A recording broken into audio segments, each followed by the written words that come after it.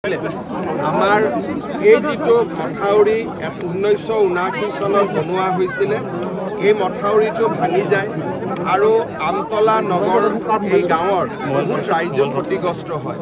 গম পোৱাৰ লগে লগে মই মন্ত্ৰী ৰনোজ পেগুকো পঠিয়াইছিলোঁ, বিধায়ক মানৱ ডেকাও আহিছিলে আৰু আজি মই কেশৱ মহন্ত পীযুষ হাজৰিকা আমি সকলো ইয়াতে আহিলোঁ।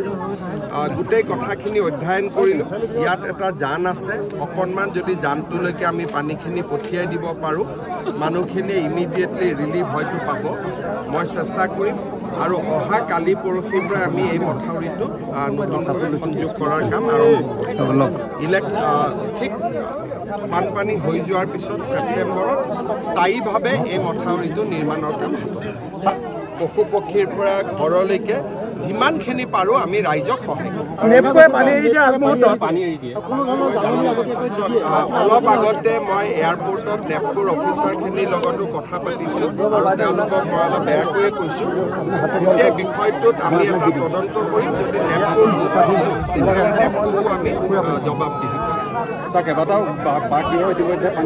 সকলোকে সহায় কৰিম। যিমানখিনি মানুহৰ ক্ষতি হৈছে এইখিনি আমাৰ খিলঞ্জীয়া থলুৱা মানুহ, গতিকে যিমানৰ ক্ষতি হৈছে সকলোকে সহায় কৰিম। আপোনালোকে এইটোৱে বুজক যে মই লগে লগে ইয়াতে আহি গৈছোঁ কিহৰ কাৰণে, যে মোৰ নিজৰ এটা মনত টিভিত দেখিয়ে মোৰ বেয়া লাগিছে। মই লগে লগে ৰাইজৰ মাজত আহিছোঁ, ৩-৪জনকৈ আমি মন্ত্ৰীৰ লগত আহিছোঁ। গতিকে আমি দুখীয়া মানুহখিনিক সহায় কৰাটো আমাৰ দায়িত্ব আৰু আমি সহায় কৰিম। ৰঙা নদীৰ অবৈধ খনন চলি আছে, যি কাৰণে পানী এৰি দিয়াৰ লগে লগে নদীপুৰীয়া শংকিত হ'ব লগা হয়। খনন কাৰ্য কিন্তু অব্যাহত আছে। অবৈধ কথা মোক কোনেও কোৱা নাছিল, আপুনি আজি কৈছে, মই ডিচিক চাব পাম। যোৱাবাৰ আহোঁতে দলং আহোঁতে মোক ক'লে হয়তো মই ইমান দিন চাব পাৰিলোহেঁতেন। খননৰ কাৰণে যথেষ্ট ক্ষতি এতিয়া আপোনালোকে কৈছে যেতিয়া মই নিশ্চয় এইটোতো চকু দিম।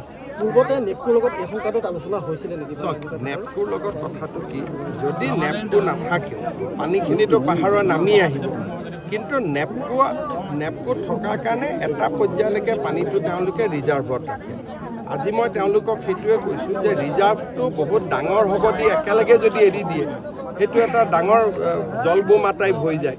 এই বিষয়টো তেওঁলোকৰ লগত আৰু অলপ চিৰিয়াছলি পাতিম। 2017-18 এনেকুৱা হওঁতে মই নিজে আহিছিলোঁ, নেপকোতো গৈছিলোঁ।